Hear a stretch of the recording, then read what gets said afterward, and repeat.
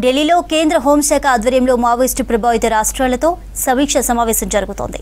కేంద్ర హోంమంత్రి అమిత్ షా ఆధ్వర్యంలో జరుగుతున్న రివ్యూ మీటింగ్లో పాల్గొన్నారు 8 మంది రాష్ట్రాల సీఎంలు, హోంమంత్రులు, సీఎస్లు, డీజీపీలు.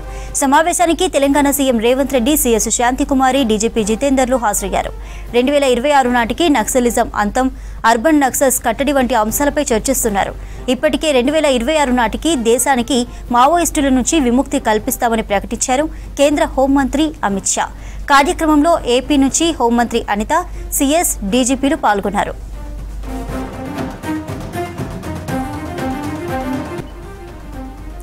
ఢిల్లీలో కేంద్ర హోంశాఖ ఆధ్వర్యంలో మావోయిస్టు ప్రభావిత రాష్ట్రాలతో సమీక్ష సమావేశం జరుగుతోంది. కేంద్ర హోంమంత్రి అమిత్ షా ఆధ్వర్యంలో జరుగుతున్న రివ్యూ మీటింగ్లో పాల్గొన్నారు 8 రాష్ట్రాల సీఎంలు, హోంమంత్రులు, సీఎస్లు, డీజీపీలు. సమావేశానికి Telangana CM Revanth Reddy, CS Shanti Kumari, DGP జితేందర్లు హాజరయ్యారు. 2026 నాటికి నక్సలిజం అంతం, అర్బన్ నక్సల్స్ కట్టడి వంటి అంశాలపై చర్చిస్తున్నారు. ఇప్పటికే 2026 నాటికి దేశానికి మావోయిస్టుల నుంచి విముక్తి కల్పిస్తామని ప్రకటించారు కేంద్ర హోంమంత్రి అమిత్ షా. కార్యక్రమంలో ఏపీ నుంచి హోంమంత్రి అనిత, సీఎస్, డీజీపీలు పాల్గొన్నారు.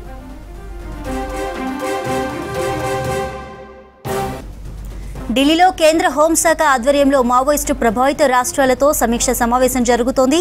కేంద్ర హోంమంత్రి అమిత్ షా ఆధ్వర్యంలో జరుగుతున్న రివ్యూ మీటింగ్లో పాల్గొన్నారు 8 రాష్ట్రాల సీఎంలు, హోంమంత్రులు, సీఎస్లు, డీజీపీలు. సమావేశానికి Telangana CM Revanth Reddy, CS Shanti Kumari, DGP జితేందర్లు హాజరయ్యారు. 2026 నాటికి నక్సలిజం అంతం, అర్బన్ నక్సల్స్ కట్టడి వంటి అంశాలపై చర్చిస్తున్నారు. ఇప్పటికే 2026 నాటికి దేశానికి మావోయిస్టుల నుంచి విముక్తి కల్పిస్తామని ప్రకటించారు కేంద్ర హోంమంత్రి అమిత్ షా.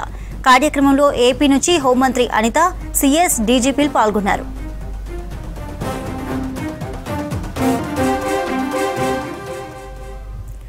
ఈ అంశానికి సంబంధించిన మరిన్ని అప్డేట్స్ ధనరాజ్ లైవ్ లో అందిస్తారు. ధనరాజ్, అప్డేట్స్ ఏంటి?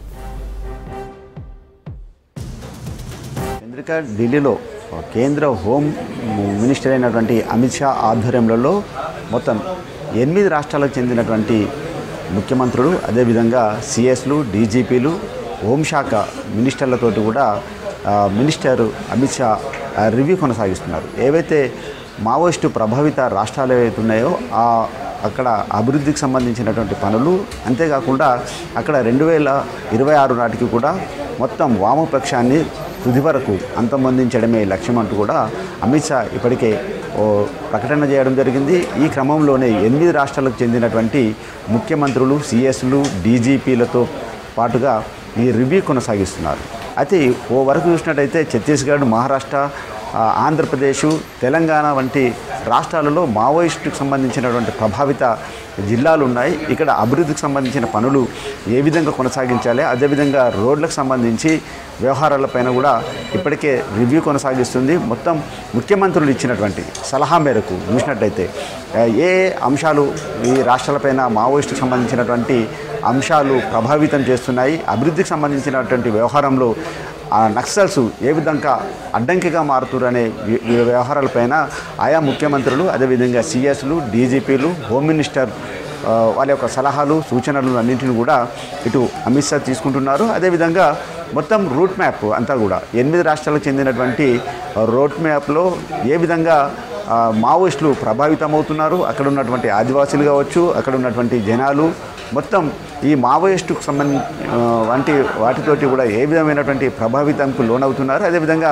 నక్సల్ సంబంధించినటువంటి రిక్రూట్మెంట్లో వీళ్ళ యొక్క పాత్ర ఏంటిది, అదేవిధంగా గత కొన్నేళ్ల నుంచి చూసినట్టయితే కూడా ఎక్కడికక్కడ మావోయిస్టులను కట్టడి చేసేందుకు గాను ఓవైపు అబూజ్మడ్ కేంద్రంగా పెద్ద ఎత్తున నక్సల్ సంబంధించినటువంటి కదలికలు ఉన్నాయో వాటిని ఎప్పటికప్పుడు కట్టడి చేస్తూనే ఉన్నారు. మరోవైపున అభివృద్ధి సంబంధించిన పనులపైన కూడా ఓవైపున రివ్యూ కొనసాగిస్తున్నటువంటి సిచ్యువేషన్ ఉంది.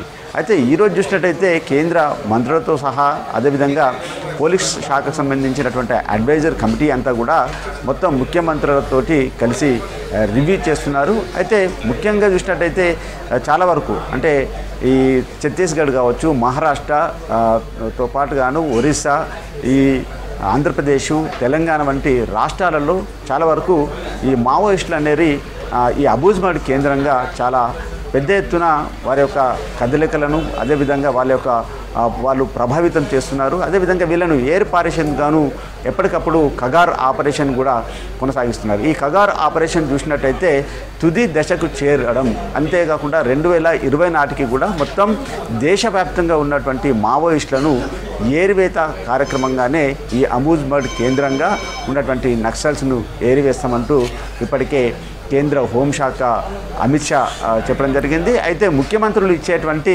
వాళ్ళ యొక్క ఒపీనియన్ అంటే ఏ జిల్లాలలో ఏ రకమైనటువంటి అడ్డంకులు ఉన్నాయి, అభివృద్ధికి సంబంధించిన పనులు ఏ విధంగా ఉన్నాయి, మావోయిస్టుకు సంబంధించినటువంటి ప్రభావితం చేస్తున్నటువంటి జిల్లాలు ఏ విధంగా ఉన్నాయి, గత కొన్నేళ్ల నుంచి ఇప్పటి వరకు మావోయిస్టులకు సంబంధించినటువంటి రిక్రూట్మెంట్ కావచ్చు, అదేవిధంగా అక్కడ ఉన్నటువంటి పొలిటికల్ సంబంధించినటువంటి వ్యవహారాల్లో రక్షణ భద్రత సంబంధించిన వ్యవహారాలు ఏ విధంగా కొనసాగాలి అనే విషయాలపైననే ప్రధానంగా చర్చ కొనసాగుతుంది. అంతేకాకుండా 8 రాష్ట్రాలకు ఏ అభివృద్ధి సంబంధించినటువంటి పనులు అవసరం ఉంటుంది, అదేవిధంగా నక్సల్స్ ప్రభావితాన్ని పూర్తిగా కట్టడి చేసేందుకు అక్కడ జీవనోపాధిని అదేవిధంగా ఎంప్లాయ్మెంట్ని ఏ విధంగా కొనసాగించాలి, అదేవిధంగా ఈ గిరిజన ఆదివాసీకి సంబంధించినటువంటి ప్రజలు వాళ్ళలో చైతన్యాన్ని ఏ విధంగా తీసుకురావాలి, అదేవిధంగా ఈ మావోయిస్టులు లొంగుబాట చేపట్టేందుకు గాను ఇప్పటివరకు ఉన్నటువంటి వాళ్ళని కొంతమందిని అంటే అరెస్టుల పరంపర కొనసాగుతుంది. మరోవైపున చూసినట్టయితే